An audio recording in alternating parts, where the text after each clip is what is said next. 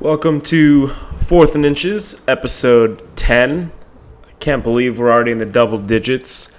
Seems like we wait all year for the NFL season, then once it gets here, it just absolutely flies by. Was another outstanding weekend of football. There's actually a lot of good games this week. NFL's been weird this year. A lot of teams aren't really dominant like they usually are, but this Sunday had some quality football, that's for sure. But as customary, before we get cracking on our football analysis, we talk about what's important in life. Jordan, how was your weekend? Well, thank you for asking, Nate. It was a wild weekend of Sunday football. Indeed, definitely a wild week 10. Other than that, my weekend was good. Nothing really new to report here. Hung out with some good people. Just really kicked back, watched some football, got some work done, watched Westworld. 10 out of 10 would recommend that anyone who's listening go give that show a watch. One of the best shows I've ever watched. Other than that, just excited to get into this Week 10 coverage. Yeah, absolutely. Me and Jordan kind of collaborate in our Westworld watching, so got to just say the same about that show. Please go watch. But for me, the weekend was pretty laid back. Me and Nate's buddy Dave rolled into town from California, so always good to see some local homies. And other than that, just kicked back, watched some football, ate a little pizza. Just really the American dream here in Phoenix, Arizona. So no complaints at all, ready to get after it right now. Yeah, as Christian said, the big homie Dave Folds, who I've known since the ripe age of 5, rolled into town. It was a great time. Watched him play a little flag football. It was fun. Hung out. Watched some good football on TV, college and professional. Spent some good time with some good people. Attended a couple parties, just for fun. And, made sure, got my work done. Just relaxed, engaged in full vegetable mode on Sunday. And I think now we're ready to tell you guys what happened. Let's get to it. And here we go. We'll start it off with the rapid recap, as is customary, for Week 10. Here we go. Thursday Night Football, Browns at the Ravens. Ravens took this one by a score of 28-7. Joe Flacco, 296 yards, 3 touchdowns. Elite. Rashad Perriman, 64 yards receiving, 1 touchdown. Browns dropped to 0-10, losing 10 in a row in pursuit of their winless season. Vikings at Redskins. Redskins win this one by a score of 26-20. However, Sam Bradford was the leading quarterback, 307 yards, 2 touchdowns. Stephon Diggs had 13 receptions for 164 yards. Bears at Buccaneers. The Bears continue to be a dumpster fire. The Bucs win this one 36-10. Famous Jameis, 312 yards and 2 TDs. Cameron Brate, 84 yards, 1 touchdown for the Buccaneers. Chiefs at Panthers. Chiefs win this one 20-7. Game winner from the boy Kairos Santos. Spencer Ware, 13 carries for 61 yards. Tyreek Hill, 10 receptions, 89 yards. Rams at Jets. In a baseball score, Rams win this one 9-6. Case Keenum with a whopping 165 yards through the air. Wowza. Kenny Britt, 7 receptions, 109 yards. Texans at Jaguars. Texans win this one by a score of 24-21. Blake Bortles looks like he might be improving a little bit. 265 yards, 2 touchdowns. Allen Robinson seems to be getting out of his slump as well. 9 receptions for 107 yards and a score. Dolphins at Chargers. Finns take this one 31-24 in a wild finish. Kiko Alonso had a pick 6 late in the game to seal it for the Dolphins. Jay Ajayi, 79 yards on the ground. Tyrell Williams of San Diego, 125 yards receiving and 1 score. 49ers at Cardinals, in what was supposed to be a blowout. Cardinals win a close one, 23-20. Chandler Catanzaro actually makes his field goal this time.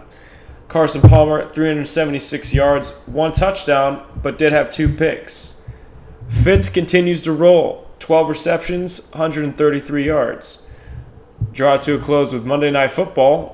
Bengals at the Giants. Giants won this one by a score of 21-20. Eli Manning, 240 yards through the air, 3 touchdowns. Beckham Jr. continues to be great. 10 receptions, 97 yards, and 1 touchdown. Teams that were on bye this week were the Bills, Lions, Colts, and Raiders. That'll do it for your Week 10 rapid recap. Kicking off our in-depth analysis coverage, we go to a real barn burner. Green Bay at Tennessee. Titans whooped the Packers by a score of 47-25. Marcus Mariota has been on a tear lately, and it did not stop on Sunday. 295 yards through the air, 4 tubbies, no picks, with a rating of 149.8. Outstanding, Marcus. Quietly developing into one of the best quarterbacks in football, especially probably the best young quarterback, drafted just 2 years ago. This is his second year in the league. DeMarco Murray helped him out on the ground with 17 carries for 123 yards and 1 score. Aaron Rodgers struggled again. 371 yards, 2 touchdowns, and 2 picks. A large chunk of his yards coming when the team was losing and trying to come back in the game. Guys, couple interesting storylines here. We're not used to the Packers being bad, but they're currently sitting at 4-5. And we're not used to the Titans being kind of good, and they're currently 5-5 with arguably one of the best quarterbacks in the game at this moment in time. What are our thoughts on this game? This game in particular was it was just probably the biggest surprise. I mean, Aaron Rodgers needed to come out and play like the Aaron Rodgers we know. And yes, he did throw for 371 yards, but he did throw 2 interceptions. And you got to think some of his play led to the fact they got blown out by the Titans by 22 points. I mean, I don't think I would have said that in like a million years. I mean, this is a team, the Titans, that are really just led by Marcus Mariota and DeMarco Murray. But just to come out and put up 47 points is absolutely ridiculous. On a Packers team that myself and a lot of other people thought would contest with the Patriots this year in the Super Bowl, it's not looking like that right now. But other than that, there's just a lot of questions to be going around in the Green Bay side of things. I mean, I just don't really think anyone else saw this coming. I don't know what to say. I mean, the offense, it hasn't been horrible, but it hasn't been as good. The defense has been spotty. I mean, this is just something that's kind of taken me by surprise, and I think a lot of other people in the NFL too. Yeah, I definitely think, you expect more out of Rodgers just because he is a top-tier quarterback. But really the problem, I think, for the Packers is the defense. I don't think you should ever give up 47 points to the Tennessee Titans. No matter how good Mariota is, I don't think 47 points in an NFL game is ever acceptable for a defense. They have a lot of problems in the secondary and in their front seven. They just, Clay Matthews has been injured a little bit, so they don't have him as their big guy in the middle. But I don't know what they need to correct to get it on track. But, getting blown out by a team like Tennessee is never good. They're on a skid now where they're, third in that NFC North division. So any hope of the playoffs is kind of passing them by at the moment right now. They definitely need to pick it up. And I think that starts with Rodgers. So, whatever he has to do to motivate his team, I think it comes from him. He's obviously the leader. So he needs to start playing better because, 2 interceptions for him is like 4 interceptions for a regular quarterback. You just never really see him have a game like that. Yeah, this game's very interesting for me. I think the Titans are one of these teams that are definitely trending in the right direction, and I think it benefits them that they're in the extremely weak AFC South. The only real threat in that division is Houston, who's leading at 6-3. But I would not be surprised if the Titans go on a little run here and end up winning this division. I mean, down the stretch, I think Week 17 will be huge for them. They play the Texans on New Year's Day, the last game of the season. That just very well might decide the division. They got the Colts this weekend. They should handle them. They got the Bears weekend after that. That should be 2 wins in a row. Keep this little winning streak going. They do have the Broncos down the stretch. That would be a tough test. But the Titans really intrigue me. I mean, they have a very good offensive line, a very good young quarterback, a pretty good defense. However, they have struggled against the pass recently. So I think if they could just get a couple pieces, maybe a corner or a safety, and then maybe improve their receiving core, I think the Titans are closer to being a legit playoff threat than many people think. I think their team model actually kind of reminds me a lot of what Dallas is doing right now. They're a run-first team with DeMarco Murray, and they're having great success with that. And then they're leaning on Marcus Mariota to get them the yards they need, and the pass is really opening up because Murray's just having a great year on the ground. And part of that's credit to the O-line, part of that credit to Mike Mularkey and the coaching staff, part of that's credit to Murray's talent as a player. But, I would not be surprised to see the Titans sneak up here and win this AFC South. And I think in general, this game stands for there's just a bigger picture going on in this game. I think it's kind of foreshadowing. I think there's a large youth movement taking place in the NFL right now. I know they say out with the old and in with the new, but there's a lot of these young quarterbacks who are kind of up and coming, who I think in 2 or 3 years are going to start to pretty much take control of the NFL once we see guys like Tom Brady or Drew Brees retire. You have guys like Marcus Mariota, Jameis Winston, Dak Prescott, Carson Wentz, Derek Carr. Those are some of the young quarterbacks who have kind of really started to lead their teams into victory, pretty much, I guess you could say. But there definitely is this large youth movement taking place in the NFL. Keeping our coverage rolling, we will now explore the Battle of the Birds. The Falcons went to Philadelphia this Sunday and were beat by the Philadelphia Eagles. Now, not a lot of people saw this one coming. Falcons have been very hot lately. Their offense is insane.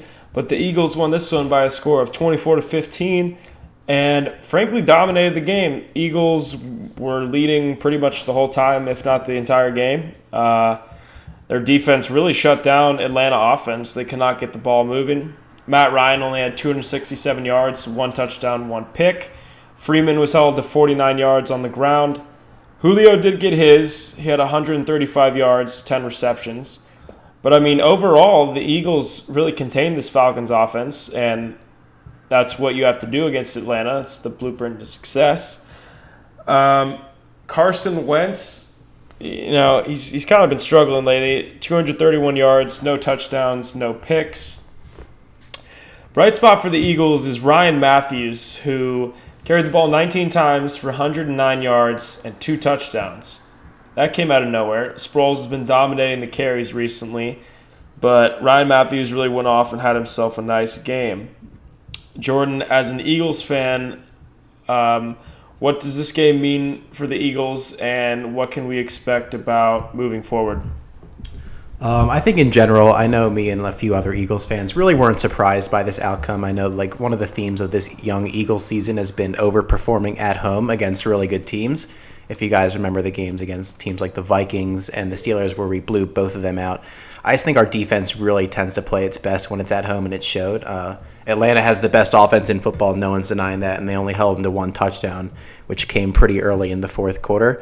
But some of the really good things that I guess you could say happened in this game, the offensive line really stepped up. This was the first time, I think, all year where we had one running back go for more than 100 yards, and Matthews did that on 19 carries. He finished with 109 yards. I think we ran for over 200 yards in general. I know Wendell Smallwood put in a great effort. He finished the game with 70 yards. But overall, the Eagles kind of just know their identity. They're a team that just wants to really control the time of possession. They're a team that's not really going to score a lot of points on you, but is going to win games with their defense. And I think that's what they did today. Yeah, the Eagles' defense just continues to impress. Obviously, the Falcons came in as one of, if not the very most explosive offense in the league. Matt Ryan's been playing lights out. They've got that dude Julio Jones, as well as the little 1-2 punch with Tevin Coleman and Devonta Freeman. So, having that obstacle set in front of you as a defense, if you're the Eagles, is a very tough matchup, and they handled it very well. Only allowing 15 points against a team like that is huge, and I think going forward, that's what's going to continue to win them games in the NFC East and possibly even compete for that NFC last wildcard spot. The Giants are 6-3, the Cowboys 8-1, but the Eagles are still right in the thick of things, and if their defense continues to play this way, I think they've got a good shot at possibly, snagging that 6th seed. One of the most entertaining games of the weekend, the Denver Broncos took a trip to the Superdome, took on the New Orleans Saints. came away with a 25-23 victory, which came in the very last minute of the game. The Saints tied up the game with 1:22 to go in the fourth quarter. Drew Brees hit Brandon Cooks on a beautiful touchdown pass and catch. The score was knotted at 23. The extra point attempt was then blocked and returned all the way back for 2 points. Unbelievable end of the game. And with the new rule in the NFL, if you return an extra point all the way back, counts for 2 points. Then there was only a minute left in the game, so New Orleans had no timeouts, pretty much nowhere to go. The Denver Broncos ended up taking this one by a score of 25-23, and it was just insane. It was a great game all around. Drew Brees did have a couple picks, struggled early, but ended with 303 yards and also 3 touchdowns. Trevor Siemian, decent performance, 258 yards, 2 touchdowns, 2 interceptions. The ground game for New Orleans was non-existent. Ingram was the leading rusher with 50 yards. Receiving, Cooks led the way, 98 yards and 1 touchdown. Guys, the Broncos now improved to 7-3. New Orleans falls to 4-5. Broncos were on the verge of losing this game and quite honestly should have. Is this a season-saving game for them? I definitely think this is a huge game for the Broncos in terms of them still being able to win the division. I mean, now they're the 3rd team in their division right now with the 7-3 record. So it wouldn't have boded well for them if they fell to 6-4. So this is definitely a huge game. I think they're still a shoo-in for the playoffs.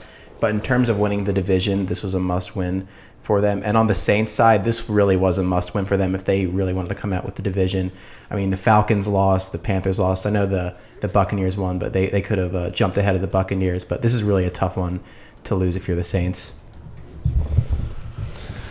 Yeah, as the season kind of winds down here and the AFC West remains very competitive, pretty much every game is a must-win if you're the Broncos, Chiefs, or Raiders, because all 3 teams have 7 wins. So, any game that you drop, you run the risk of another team winning and you falling behind.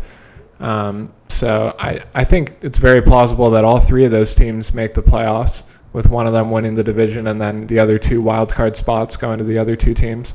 But yeah, definitely if you're the Broncos, I mean, it wasn't pretty, obviously. It came down to kind of a fluky play, but they just keep finding ways to win games. And, that's what you have to do in the NFL. I thought they definitely should have won this game against the Saints, so it's good that they won the game. And, if you're the Saints, I don't think it's as, big of a deal because that NFC South division is, just a toss-up at this point. Tampa Bay's in the lead, but not by much. So I think the Saints still have a good chance for competing for the division. And the Broncos, it's kind of, already playoff time for them. They've really got to work hard to win as many games as they can because you don't want to get left behind in the division. Yeah, I mean, it's looking like the AFC West will have 3 teams in the playoffs this year. Broncos aren't as good as they were last year, but that secondary is something else. Darian Stewart having a great year. He actually accounted for 2 interceptions and recovered a fumble in this game, so he's been outstanding for them. As Craig mentioned, not as big a deal for New Orleans. I mean, they're sitting at 4-5, but Atlanta's leading the division at 6-4. So I mean, they're far from out of it.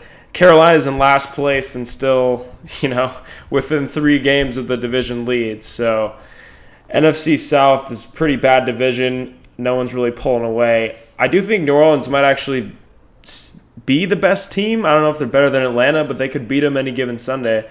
So, I mean, we will see. It'll be interesting going down there. But, yeah, definitely a huge win for Denver. Very important game for them. And looks like they got to keep winning if they want to keep pace in that extremely talented AFC West. Probably the most entertaining game of the weekend, if not one of them. There's a few to choose from. The Dallas Cowboys traveled to Pittsburgh, took on the Steel Curtain, came away with the victory, 35-30. Cowboys improved to 5-0 on the road, 8-1 overall, owning the best record in football. Pretty weird to say. That hasn't been the case in a very long time.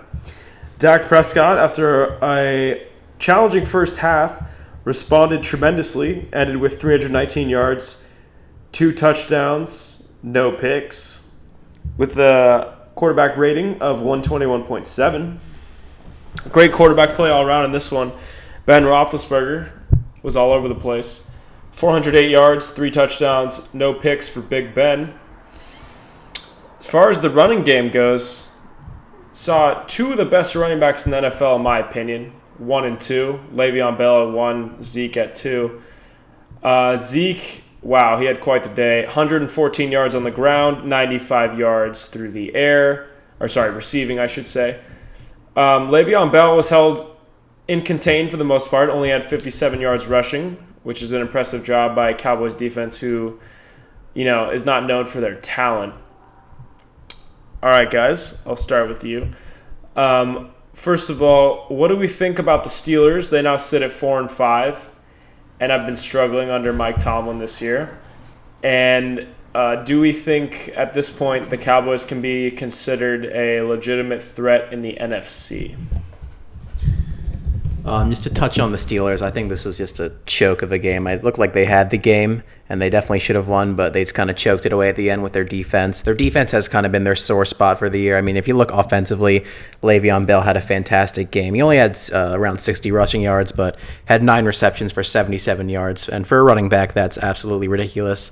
Antonio Brown had 14 receptions, 150 yards. Ben Roethlisberger threw 3 touchdowns. So in terms of the Steelers, you definitely know what you're going to get from them offensively, but then the defense really just kind of lost them this game. And then the Cowboys, I 100% agree that the Cowboys are going to be a legitimate threat in the NFC. I mean, you take a look at the second best team in the NFC right now. I'm pretty sure it's the Giants, who sit at 6-3, and then you have the Falcons, who are 6-4. And I'm not really sure what the Seahawks record is right now, but they're definitely up there in the NFC. But the Cowboys are just looked like they've been the best team in the NFC for a while, and it's kind of sour for me to have to say that, but they've definitely played out of this world this year. Yeah, definitely my takeaway from this game is, Nate referred to them as the steel curtain, but the Steelers most definitely are not that anymore. Their defense has been struggling mightily, especially the secondary. And, Ezekiel Elliott, that's a man with, an empty belly. He needs to be fed at all times. It's as if he has, just an abyss in his stomach where food just goes, and so it's always empty, so he's always hungry because he just keeps going. He's like an Energizer bunny in that way. He just continues to go. And over 200 all-purpose yards, 3 touchdowns. He just absolutely owned this game, from the start to that final touchdown with 9 seconds left. So Dallas still looking very impressive. The run game's there. The defense has been, so-so, but it's doing enough to win games. And, right now, you got to say that the Cowboys are the threat in the NFC to go to the Super Bowl. And, it's not going to be an easy road by any means. You got teams like Seattle that you're going to have to play if you want to get to the Super Bowl. But I think it's a big advantage that the Cowboys will likely have the number 1 seed in the NFC, meaning they'll be at home in Jerry World, as opposed to having to go to Seattle or, go to these tougher places to play. So right now the outlook's looking very good for the Cowboys. Yeah, I mean, as a Cowboys fan, it's pretty cool to see them sit at the top of the NFL standings at the moment. I'm hoping they can just, they got to continue to play well. They got to finish the year strong. Do have a favorable schedule down the stretch. We got Baltimore upcoming this week. Got a few more divisional matchups ending the season in Philadelphia against the Eagles. That'll be a tough game. But, I think if they can keep doing what they're doing, they should end with the first seed in the NFC, which, as Craig mentioned, is big time when you got a team like Seattle who just is a completely different team at home. But, I mean, Seattle presents an interesting matchup in their own because they have a they have a great defense. We have a great offense, so I think that would be an outstanding matchup to watch. Other than Seattle, though, I mean, I don't know. Unless maybe the Giants can squeak into the playoffs and make some noise, I don't think the Cowboys should be concerned with someone like the likes of the Falcons. Not too worried about that. Whoever makes it from the NFC North, I'm not worried about. Probably going to be the Lions. Maybe the Packers turn things around. Who knows? It does seem like Seattle and Dallas have separated themselves from the rest of the pack in the NFC, though. And if that turns out to be the NFC Championship game, I think that'll be a game for the ages, that's for sure. Ending things with the nightcap, which was Sunday Night Football, possible Super Bowl preview. 2 of the 3 best teams in the NFL, definitely. New England Patriots and the Seattle Seahawks in a very entertaining game from start to finish.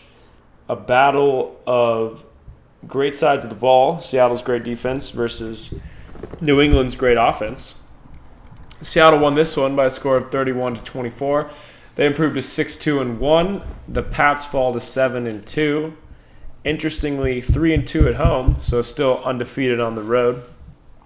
Tom Brady held in check, 316 yards, 0 touchdowns, and 1 pick. Sounds like a pretty good stat line, but for Tom Brady, that's held in check. Russell Wilson, has he been doing his thing lately? 348 yards, 3 touchdowns, no picks. This is the Russell Wilson we all know and love. Has been banged up at the beginning of the year. Seems like he's getting healthy now. My goodness. Quarterback rating of 124.6. LeGarrette Blount had himself a day. Only 69 yards rushing, but guess what? 3 tubbies. Big day from the big fellow.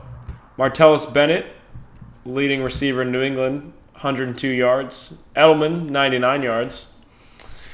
This game was interesting. It was back and forth. We'll start with Cray as the diehard Pats fan. Christian, what went wrong for New England, and what does the future look like? Well, I watched every single play of this game. I watched it very intently. And, it was definitely tough to watch because our defense really kind of disappointed me in this game. Throughout the season, we had been playing pretty well, kind of bending but not breaking to a lot of teams when they get in the red zone and whatnot. And early in this game, we actually did the same thing. Seattle got into our red zone. They were pretty much moving the ball well the entire game, which wasn't very encouraging. But early on, they got into our red zone, and we held them to 2 field goals to start off the game. So that was good, bending but not breaking. But then as the game went on, Russell Wilson was really just having his way with our defense. Our secondary definitely needs to patch things up. I was mostly disappointed with Patrick Chung. He didn't look very good at all. Lost himself in the zone defense a few times and let Doug Baldwin make some big plays.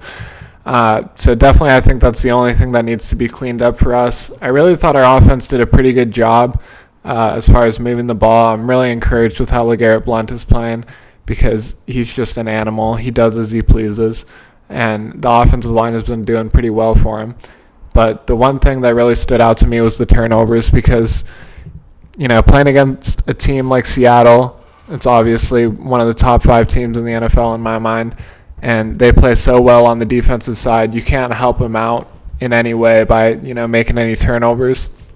And, you had the Brady interception where he kind of scrambled around and then tried to make a play by launching it deep. I think he found out that, he really is 39. He's not 29 anymore when he tried to make that throw because it really did not have much on it.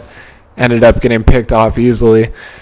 And then the other turnover was Julian Edelman making a catch across the middle, getting kind of sandwiched by Cam Chancellor and Bobby Wagner and fumbling the ball. So those are just the kind of mistakes, when you're in Seattle territory, you can't, give them the ball and give motivation and momentum to that defense because they'll feed off that and end up, just carrying it for the rest of the game. So I'm actually encouraged by this game in a lot of ways because, there's a large part of me that fully believes we may see this team in the Super Bowl. So just having this game to go against them in this year with this defense, it's obviously much different than when we saw them last, which was 2 years ago in the Super Bowl. So I definitely think this is something we can learn from and use it if we do face up against them again. Yeah, some of my takeaways from this game, I think we all knew this was coming. Second half, Russell Wilson is just a man possessed. I told you guys just wait till week 10. Wasn't looking good in the first part of the year, but now, he came out through, 3 touchdowns, had around 350 yards, Guy's just an absolute animal in the second half. I don't know what happens to him. And then on the other side of the New England Patriots, not really looking good for Tom Brady. I mean, I think he really showed his age here. He is 39 years old. I think it might be safe to say that the Tom Brady era has come to an end in New England. I think we could all agree that last play to Gronk that Jacoby Brissett would have been able to make that pass. I think that's a unanimous decision. We all know that definitely would have been a completed pass. So it's not really looking too good for the Pats here. Seahawks always do this, man. They, whatever the first half, they just kind of squeak by, have a winning record, but they don't really impress anyone. And then, boom, it seems like week 9 hits, and they just get going. They don't really care about the first half anyway. They're a playoff team, especially for the past 5 years. Doug Baldwin, 3 touchdowns in this one. He's really emerged as their wide receiver 1. That's for sure. If Russell can play like this, Seattle will be a dangerous, dangerous team in the playoffs. The question marks this year has been surrounding their offense. Everyone knows what the defense can do. So if the offense can get things clicking like this. Now for the Week 10 segment of Fantasy Heroes and Fantasy Duds, I took another L this weekend, unfortunately. Lost to my friend Alex by 1 point. Was a brutal, brutal loss. Affect playoff seeding greatly. Anyways, my fantasy hero for this week has got to be Tyrell Williams from the San Diego Chargers. 5 receptions, 125 yards, 1 touchdown for 18 fantasy points. Really asserting himself as the number 1 option there in San Diego. Been playing very well lately. Jordan, who's yours? My fantasy hero of the week has to go to one Ben Roethlisberger. Finished with 408 yards, 3 passing touchdowns, no interceptions or turnovers. Finished with 28 points, and glad to say my team is finally 500. We're riding a 4-game winning streak. We are 5-5, so looking to squeak into that last playoff spot. All right, my fantasy hero comes from my Crease Criminals team, who moved to 7-3 this week. Got that number 2 playoff spot. LeGarrette Blount from my New England Patriots. Picked him up a few weeks ago. He's been money ever since. He had 24 points this week on 69 yards rushing and 3 scores. That's huge. Would have liked to maybe see one more score or maybe even just 1 more yard to win the game. But in any event, thank you, LeGarrette. You rock. Keep chugging. To the other side of the spectrum we go for the duds. My pick for this week, none other than the handsome Travis Kelce. Didn't really produce against Carolina. Not really his fault. Chiefs offense kind of struggled for a majority of this game. He finished with 3 receptions, 31 yards for a total of 5 fantasy points. Not a big math guy. Don't really know how he got 5 fantasy points if he only had 31 yards receiving, but hey, I will take it. Anyways, look for Travis to rebound against Tampa Bay this week. Still love you, Travis. My fantasy dud of the week has to go to Alshon Jeffrey. Needed a big game out of him to get in the win column in my other league. He only came up with 4.7 points, but no, he did actually make up for it today by getting suspended for 4 games, so for PEDs. So it's really just kind of a double whammy, you could say, putting up 4.7 and then a day later getting suspended. So it's not really looking good for Alshon. All right, my fantasy dud comes from the Brady boys, who unfortunately took their 2nd loss in a row, moved to 5-5 this week. Not very good. But Blair Walsh of the Minnesota Vikings started him at kicker with the Brady boys. He went 0 of 0 on field goals, didn't even kick any field goals, and 2 of 3 on extra points. So missed an extra point. It ended up being a big part of losing this game for the Vikings. And he was recently released by the Vikings. So now I need a new kicker. But in your last performance, Blair Walsh, you didn't do me very well. Only 2 points. So I'm about as unhappy as the Vikings are with you. So sorry, you're dropped. The Vikings did cut Blair Walsh today, so he's just had a rough week overall. That about does it for Week 10 of 4th and Inches. I'm Nate Smith. I'm Jordan D'Souza. And I'm Cree. We appreciate you listening. You know we had a good time. Hope you had a good time. We'll see you next week on 4th and Inches.